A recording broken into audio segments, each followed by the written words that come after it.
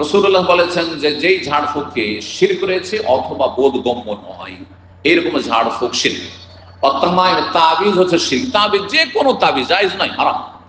যদি কোরআনও লেখা থাকে, সূরা ফাতিহা লেখা, সূরা নাস ফালাকও লেখা থাকে, তাহলে সেটা নিয়ে পায়খানায় গেলেন না আপনি? তো আপনি কোরআন অবমাননা করলেন না? আপনি না পাক বা স্বপ্ন দোষ হলো গায়ে লেগে আছে তাবিজ, আপনি অবমাননা করছেন না কোরআনের? হ্যাঁ, কোরআন আপনার কোরআনের তাবিজ আপনার গায়ে আছে আর আপনি স্বামী স্ত্রী সহবাস করছেন না, আপনি নাপাক করছেন না?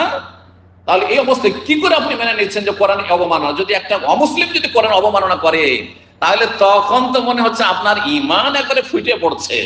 কিন্তু নিজের রাত দিন অবমাননা করছেন আপনি কোরআনের এই তাবিজ তোমার করে, বুঝেন না?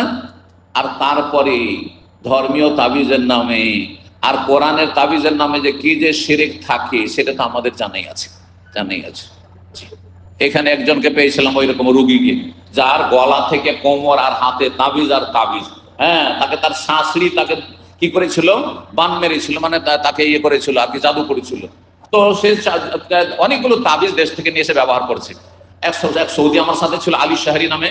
সে এইগুলো আপনার ঝাড়ফুঁক, শরীয়তি ঝাড়ফুঁক করতো আর জিনের কাজ করতো। তো ওকে নিয়ে ওর সামনে হাজির, হঠাৎ করে ওই সৌদি ওর গায়ে হাত দিয়ে, যেমন হাত দিয়ে সব তাবিজ গুলো সব বেরিয়ে এসছে। তাবিজ খুলে এক একটা করে ভেঙে দেখলাম আমি সেই সৌদি সাহেব। তো দেখলাম যে তাতে গস কুতুবের নাম, ইয়া খাজা, ইয়া আলী, ইয়া হুসেন, অমুক মাদাদ, অমুক তুমুক, এগুলো লেখা আছে। আর তাকে যখন জিজ্ঞাসা করলেন এই তাবিজ দিয়েছে কে, বলছে আমাদের গোপালগঞ্জের বড় মাদ্রাসা গৌহারডাঙ্গার যিনি মুহাদ্দিস সাহেব শাইখুল হাদিস, তিনি দিয়েছে। যদি সত্য কথা বলে তাহলে এই সব শাইখুল হাদিসের আকীদা তো বড় সমস্যা আছে। আর যদি উনি মিথ্যা কথা বলেন, কোথাও থেকে নিয়ে এসেছেন আর তারপরে মিথ্যা কথা বলেন, তার জবাব সে দিবেন। কিন্তু তার কথাই আজকে থেকে 25 বছর আগের কথা বলছি, এই দাম্মামের কথা বলছি। আল্লাহ হেদায়েত দান করুন। তাহলে কোরআনী তাবিজের নামে কত শিরকি তাবিজ চলছে, চিন্তা করেন। আমাদের দেশে এমনও তাবিজ হয়, এলাকার 7 জন সুদখোরের নাম দিয়ে তাবিজ হয়। জানেন না? ছোট থেকেই জানি।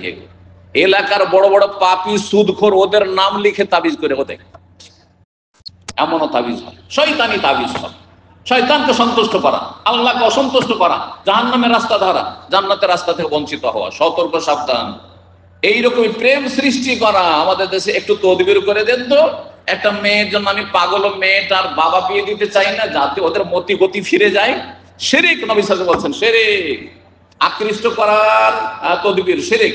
বিচ্ছিন্ন করা, স্বামী স্ত্রীতে খুব ভালোবাসা, বা ছেলে আর বউ একবারে বউকে ছেড়ে ছেলে থাকতে পারে না, মা বরদাস্ত করে না, এই বউকে রাখবো না, এখান থেকে যৌতুক পাওয়া যায়, এখান থেকে আমার স্বার্থ হাসিল হয় না।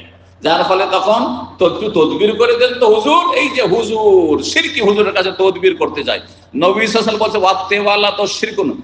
প্রেম সৃষ্টি করা অথবা বিচ্ছেদ সৃষ্টি করার যে সব সেহের জাদু টোনা রয়েছে, যেগুলোকে তদবির বা দোয়া তাবিজ বলা হচ্ছে আমাদের দেশীয় ভাষায়, সেগুলিকে নবী সাল্লাল্লাহু আলাইহি ওয়াসাল্লাম শিরক বলেছেন। মুসনাদ আহমদের হাদিস, আবু দাউদের হাদিস, ইবনে মাজার হাদিস। জি, হাদিসটি সহিহ। তো আশা করি বুঝতে পারছেন। তাবিজ যদি কারো গলায় থাকে, কোমরে থাকে, খুলে ফেলেন। গাড়িতে থাকে, ছুঁড়ে ফেলেন। বাড়িতে থাকে, ছুঁড়ে ফেলেন, নিশ্চিহ্ন করেন। নাহলে বালা মুসিবত আপনার পিছু ছাড়বে না, আপনার রাত দিন বালা মুসিবত লেগে থাকবে।